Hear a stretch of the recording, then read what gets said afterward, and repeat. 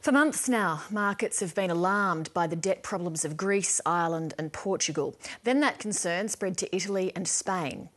Now the markets have been spooked by rumours involving Europe's second biggest economy, France. Stephen Long reports.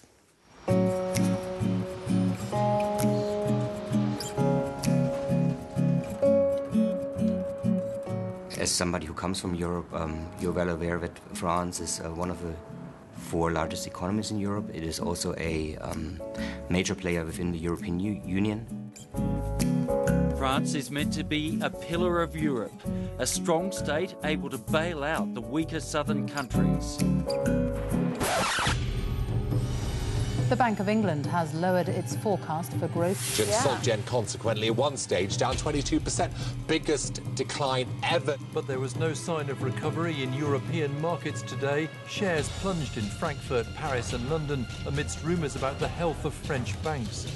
The latest concerns are about France. Obviously, the stakes are going up there.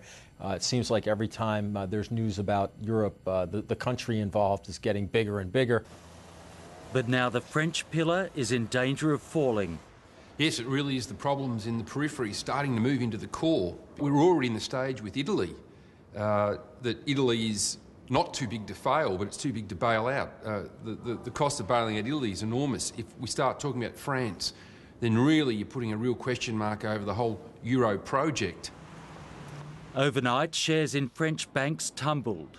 Giants such as BNP Paribas, Société Générale and Crédit Agricole. The catalyst was rumours French government debt would be downgraded. The agencies have come out and said that it's secure for now, but the fact is France looks worse on many of the metrics that we use to downgrade the US than the US does. For France and the world, it's a worry. France has a big current account deficit, nearly 6% of GDP, and it needs lots of money from outside its borders to fund its government debt and its banking system. Compared to last year, the premium that investors are demanding to buy French government bonds over German bunds has tripled, and the cost of insuring against a French debt default today rose to a new record high.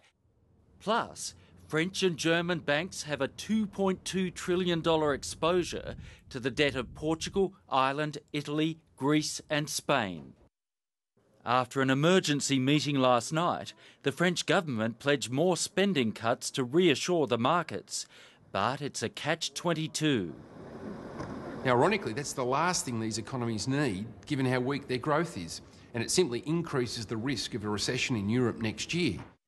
But if European states don't cut spending to deal with the debt woes, the banking system is at risk.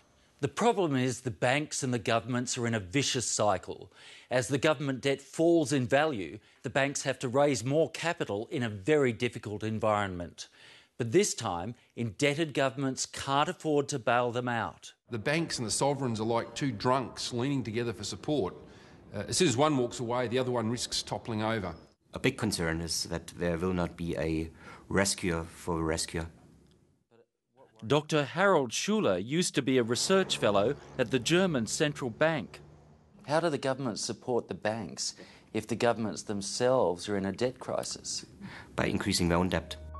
It's just part of this vicious cycle.